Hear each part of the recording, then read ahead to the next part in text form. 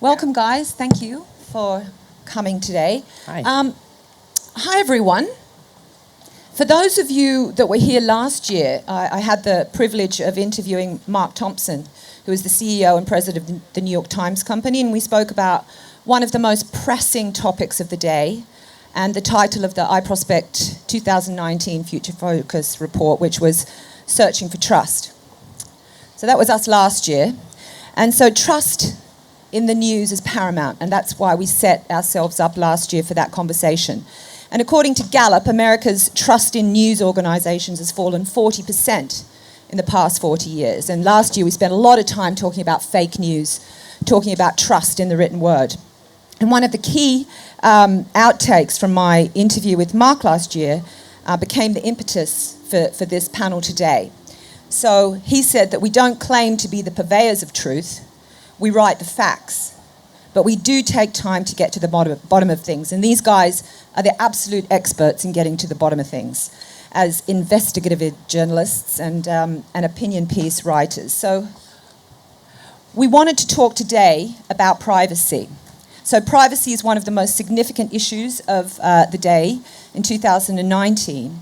And as such, there's no better team than the New York Times to investigate privacy in all its dimensions fairly and fully.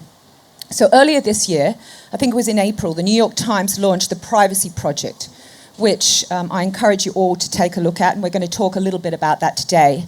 But the boundaries of privacy in 2019 are absolutely in dispute, and privacy as we know it is in doubt.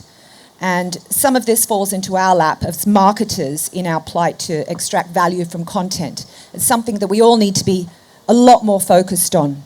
So in this report, the Privacy Project, well, it's a sort of a movement almost, the New York Times examines whether societies are making the wisest of trade-offs. So this morning, we'll be talking to some of the key contributors of the privacy debate, here from the New York Times op-ed team. So this team look at the facts from every angle and then publish an opinion. So recently, these guys, who I'm about to introduce you to, have been examining some of the biggest stories of the year. And over the next 30 minutes, we'll explore 3 or 4 really critical stories that we all need to think about how they impact our lives and as professionals and individuals.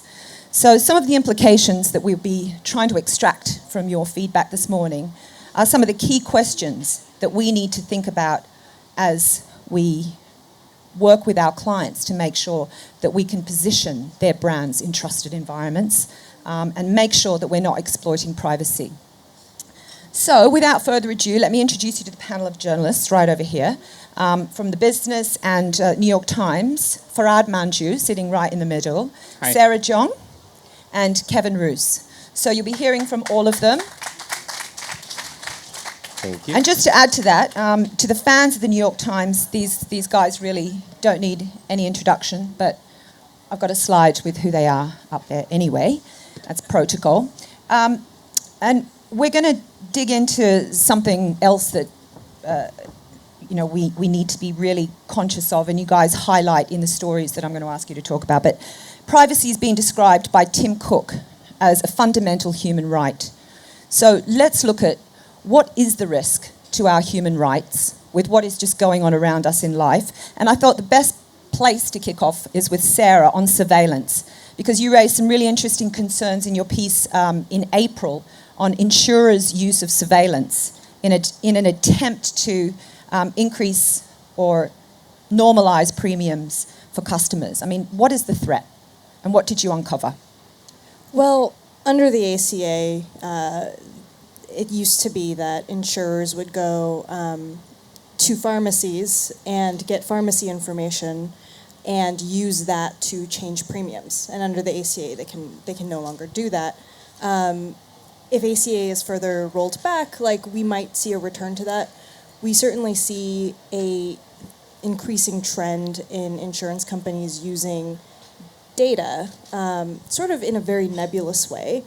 We have this thing, I call it it's a paradox, and it comes up in privacy, whether it's government or corporate, where one problem is that it's not very good surveillance. It doesn't do the thing it's supposed to. And the other problem is it does the thing it's supposed to too well. And insurance is like no exception to this rule. On the one hand, you have some actors using this trend of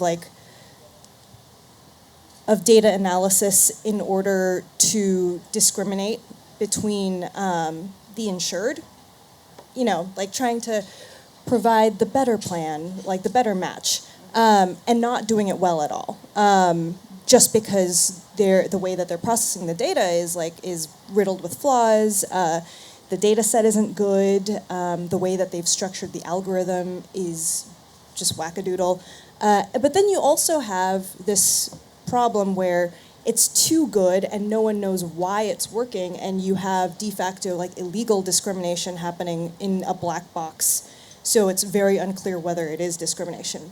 The example that is often brought up is if you're part of a breast cancer group on Facebook, say bots are scraping this information, they find this information, it gets turned into this algorithm, and logically speaking, people who are part of this Facebook group are worse risks for life insurance, health insurance, so on and so forth, than people who are not. And the algorithm doesn't necessarily need to tag these people as breast cancer patients. It might just take that information and go, oh, it's correlated with all this other information. So you end up having this genetic discrimination that's encoded into a black box that we don't know about, that isn't intentional, but nonetheless works the same way that illegal discrimination does. So, and it would stick with you.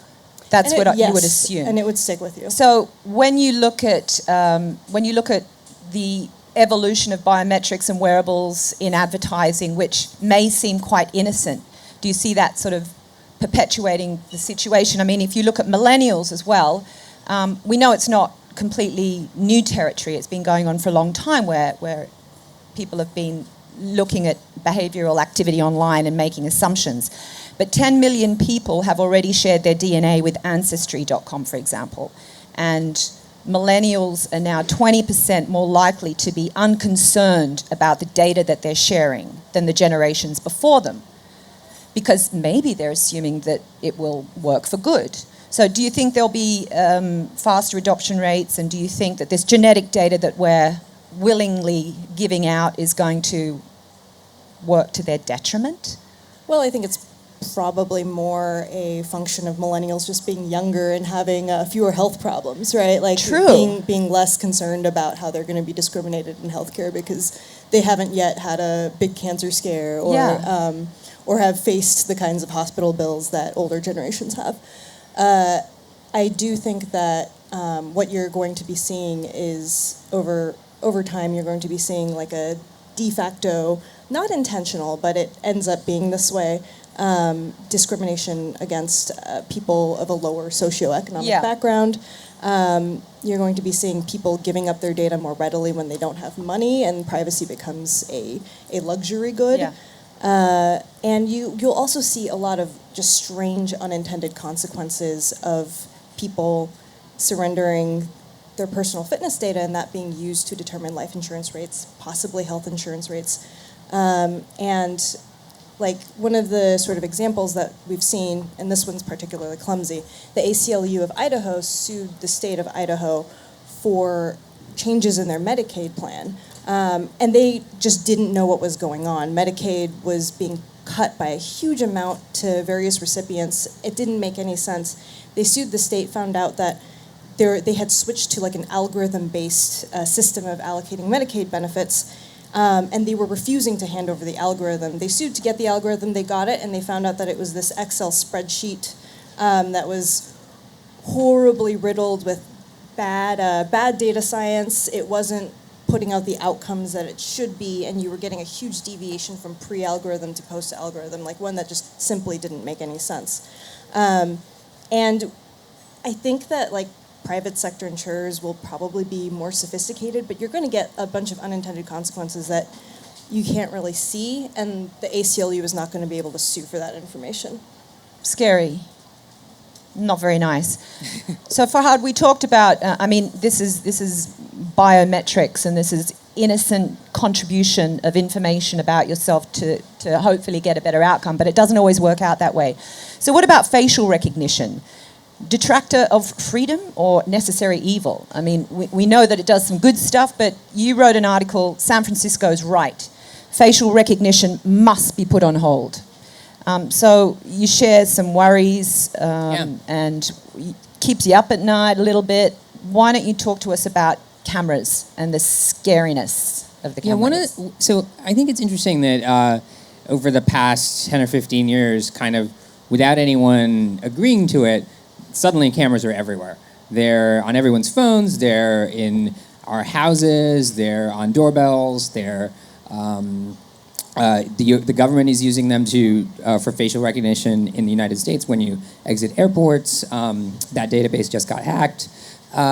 So they're everywhere, and we don't really know kind of what's happening with the data.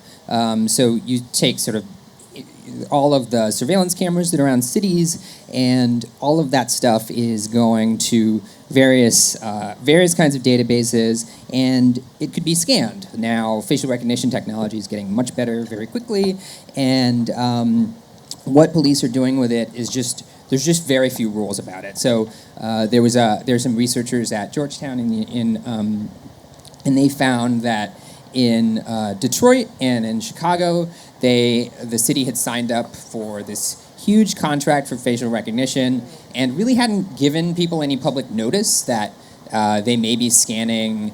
Pretty much all of the city was capable. Most parts of the city, they were capable of scanning with facial recognition and kind of tracking where people went. In New York, they were using facial recognition as part of, in police investigations, but the rules around that there were very few rules. So one of the things that was happening was, like, if they saw on a camera that someone had stolen something, this is an actual case, someone stole a beer from a CVS, they saw it on camera, they couldn't get a facial recognition match, but an officer thought that the guy on video looked kind of like the actor Woody Harrelson. So then they decided to search for Woody Harrelson's face through the facial recognition database, found a match to Woody Harrelson's face, and then went and interviewed that guy. Because he kind of looks the same, right? So the idea was, right, I know, what? The idea was,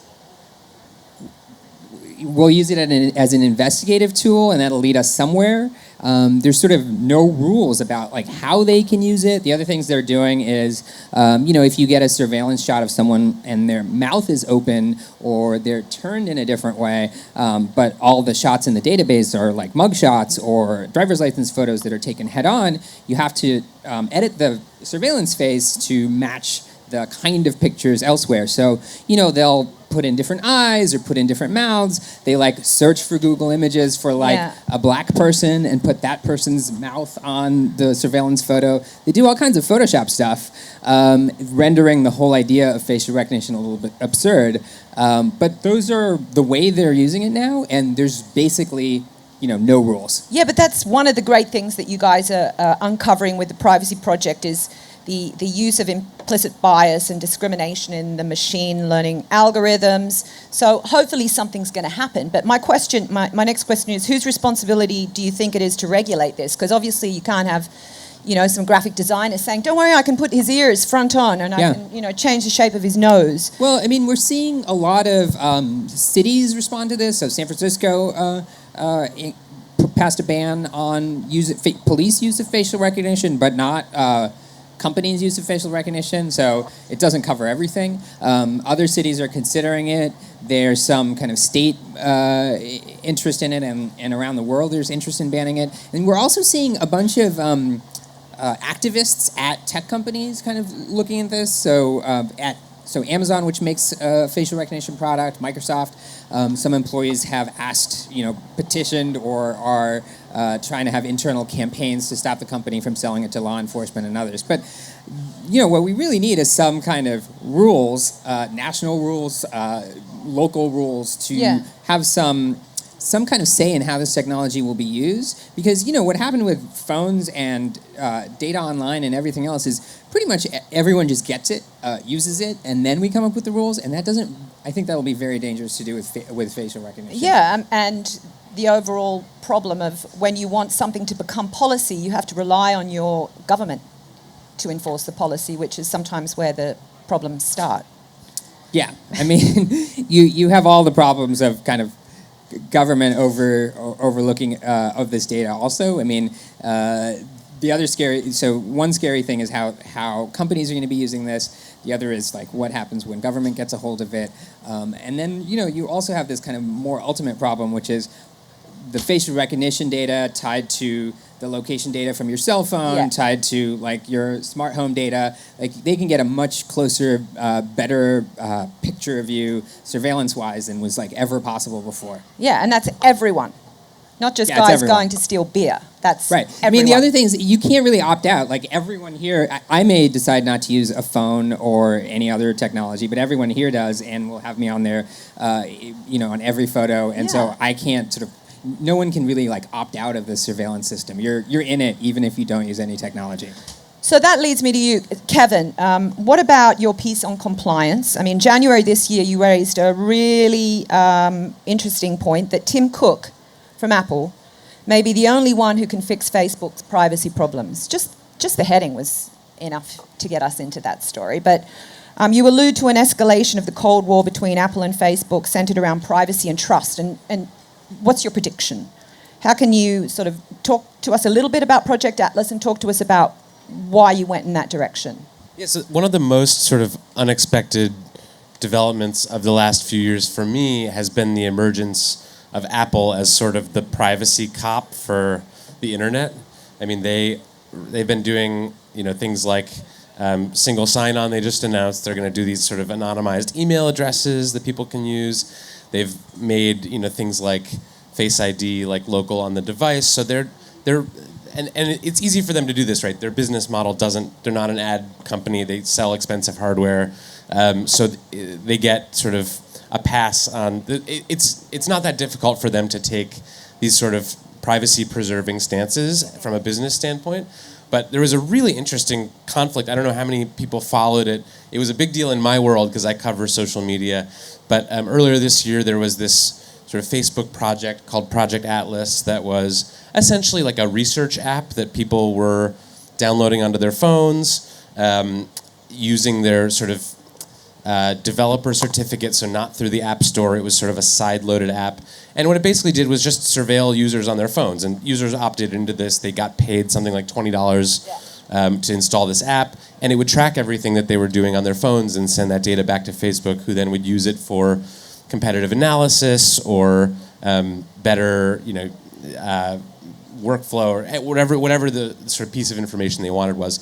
But this was against the rules of Apple's developer certificate program. You're not supposed to distribute apps to the public using these kind of side-loaded methods. You're supposed, so you can make an app and distribute it among your own employees, but you're not supposed to offer that publicly. So they got a slap on the wrist for that. Apple sort of temporarily cut off Facebook's developer certificate, which the funniest part of that was like the internal Facebook app that tells you what's in the cafeteria that day went down. So like no one knew it was for lunch at the Facebook headquarters, which provoked a big scandal. So I was getting calls from people at Facebook like, this is enormously anti-competitive. Like Apple is abusing its market power. And it's like, oh, this is the thing that like radicalizes you. It's like your lunch options not being available.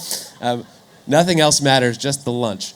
So I think that was a really interesting moment where you saw the sort of potential of a player like Apple, which has control at the OS level, of being able to sort of take more privacy protecting stances and to enforce those among developers.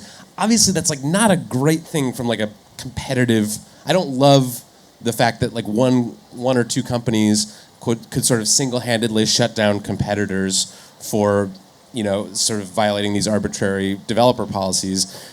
But I think it's in the absence of sort of fast, good regulation from the government, it may need to be that the private sector is sort of mutually enforcing these rules on itself. And so there's a tension there between, do we want these platforms to be participants in a competitive marketplace?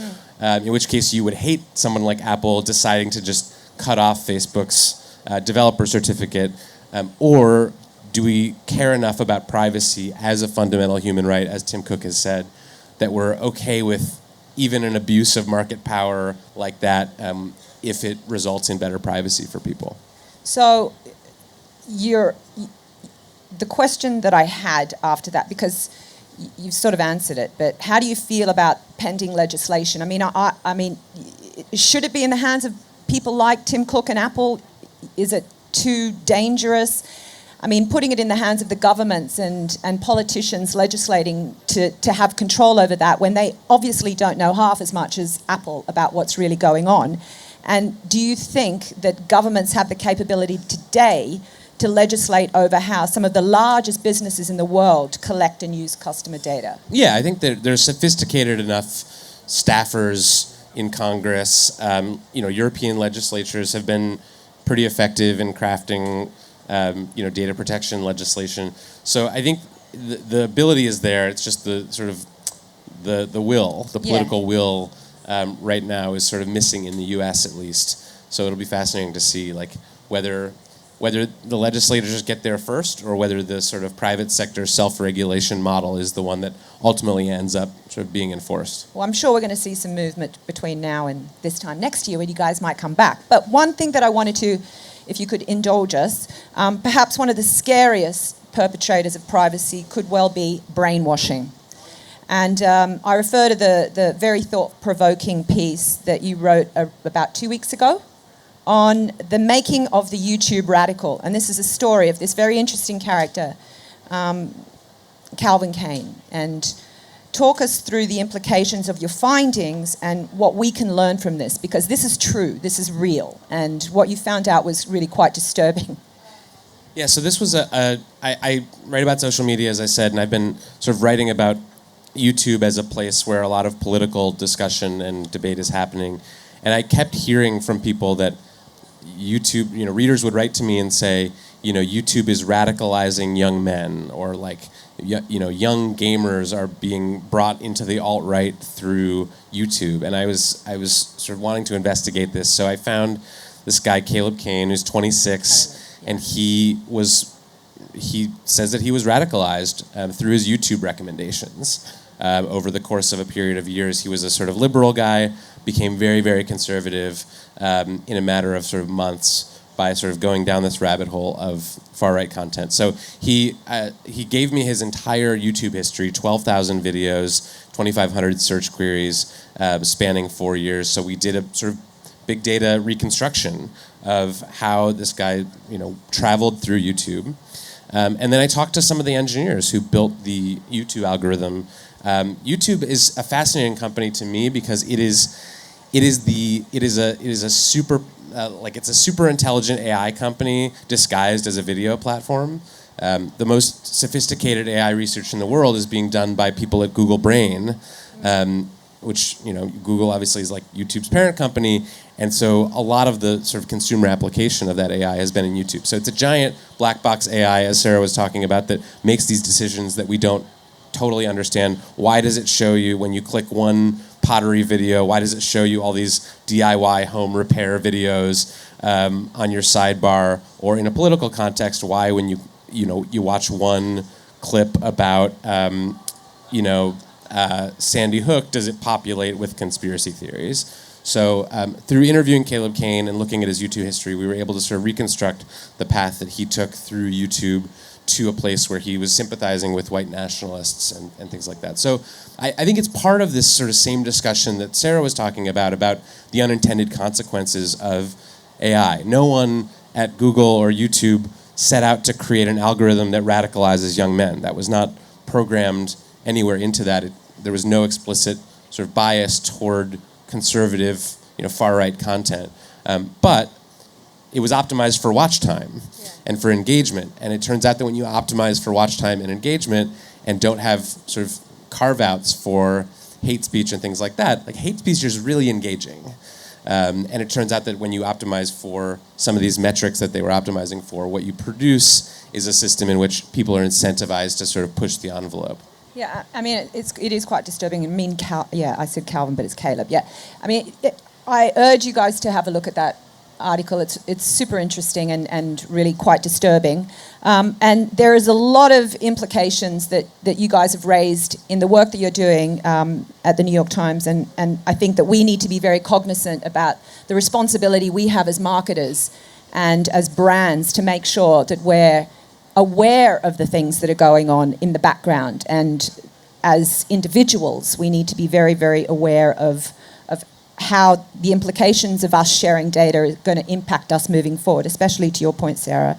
So privacy is really becoming the paradox of 2019. We're going to be talking a lot more about privacy, but consumers want a personalised and seamless experience. But they're also really anxious, especially the older ones, to share information, and sometimes, it isn't for good. And it's our responsibility to ensure that our clients are being viewed in a safe environment, that we're creating a nurturing relationship with the customers, and we can't do that if things like this are going on in the background. So we've got 5 minutes for questions, and I've got about 30 or 40 other questions that I have for these guys, but I'll send them an email. So that we're really grateful to you guys for coming today. Organisations like the New York Times and these amazing journalists are raising the right issues that we may not have been aware of, and making us think about the social impact of technology platforms, and where we can support and where we can help shape the role of what we're doing for our clients and marketers. So thank you, Sarah, Farhad, and thank you, Kevin. There's so many things that we need to continue talking about, but I don't want to hog all the questions. So I'm going to open it up for 5 minutes for questions while these guys are still here. There's one here. Yeah. Sure. I'll be the mic girl as well. Hello. So here. So on YouTube, but also I think on AI and probably all of the issues you've talked about, do you see it getting better in a continuous arc, or do you think it might get worse before it gets better? So to the YouTube thing, do you anticipate a trigger, like a real trigger for them to change more? Or do you think it might get worse before there's a... So yeah. On YouTube specifically, I think it's getting better, I hope. We saw just last week, there was sort of this, maybe 2 weeks ago, there was this crazy week where there were a number of reports about YouTube and its algorithms. There was a high-profile sort of dispute between a guy who works at Vox, Carlos Maza, and a sort of right-wing creator. YouTube got a lot of flack, including from its own employees, over its decisions around that case and whether or not to sort of take down this content or not. So YouTube has said that they have changed their recommendation algorithms to limit the spread of conspiracy theories and misinformation. And actually, I've noticed that it's gotten better in part because I'm in all of these conspiracy theory Facebook groups. And the other day I was looking at my Flat Earth Facebook group, which is hysterical. It's actually a splinter faction from the Flat Earth group. It's called Flat Earth No Trolls, because apparently there were trolls in the old one. But the Flat Earth people were sort of complaining in their Facebook group about how they couldn't find their Flat Earth conspiracy videos on YouTube anymore. They weren't getting recommended as often. They were very upset about this. So I thought that if I was at YouTube, that one would have made me smile a little bit. So I think they're bending the algorithm a little bit to make it a little bit safer. It's just it's a hard problem to solve at their scale. When you have 500 hours of video being uploaded every minute, you're really hamstrung in terms of how much you can do.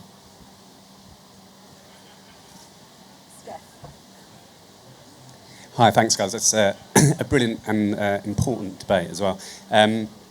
So my question was, all of the discussion that we're having is kind of around the assumption that the consumer doesn't own their data, and we kind of, I think it's Farhad, you said, we're all in the system, whether you like it or not, and that's kind of, we've been conditioned, I think, to believe that. But there seems to be a school of thought and an associated raft of technology companies emerging that are really zoning in on this and looking at it as an opportunity to perhaps totally flip the model and give customers or consumers their own digital vault, right?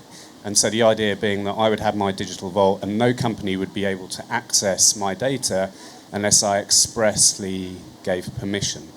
And then, there may be a commercial trade-off with that where I get a cut of the ad revenue, all this kind of stuff.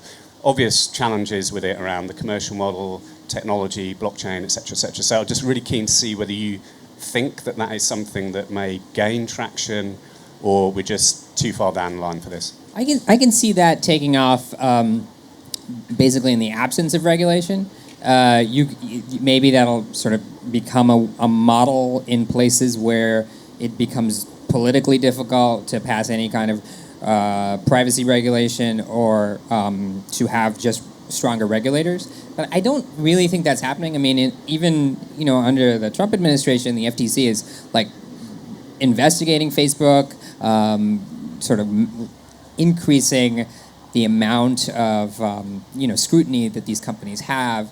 And there's whatever sort of happens in the presidential election, it seems like there's an increasing interest in from the media, from lawmakers, from everyone else in privacy. I feel like we will sooner get privacy regulation than figure out like a market for data in that way. It's possible. I mean, but it's hard for me to think that it will be easy or kind of intuitive for people to come to terms with this idea that their little discrete bits of data have market value and that they could trade that in some way. It's already a very complicated thing, and this would add extra layers of complexity to it that I don't think would be intuitive for people.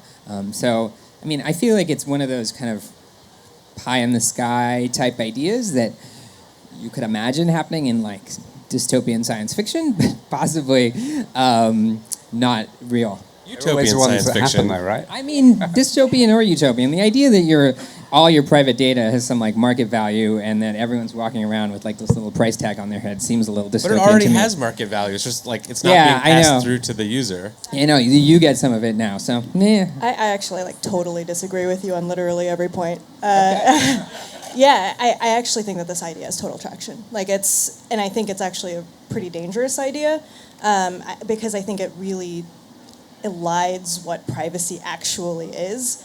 So say you opt in to this thing and it's on the blockchain or whatever, you put your genetic data completely out there. Your child refuses to because their privacy is very important to them. It doesn't matter. You've already given your genetic data away. Your genetic information is related to your child. Your child is essentially compromised. I think privacy is very collective. We have to start thinking of it as a collective problem rather than an individual right and an individual harm. And the other piece of it is that I don't think that it happens in the absence of regulation. I think that actually I've seen bills that are piggybacked, that are tied to this idea of literally giving people a dividend on their data on the blockchain. Literally exactly that. I've seen a state bill that makes it easier by creating a state right in someone's health information, which then creates this property right that you can sell to a company, and then they can go to the big insurance companies and go, oh, hey, by the way, these people have have a property right that they've sold to us, and now we're going to extract a dividend from you and pass it on to our clients and take a little cut along the way.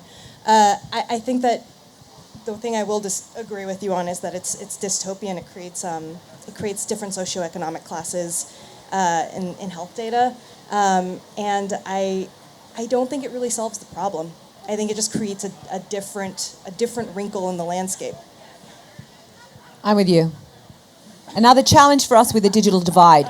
We've got to wrap it up, but I see a really interesting op-ed piece in that. So thanks, Steph, for the question. Okay, so a round of applause for these amazing journalists. Thank you.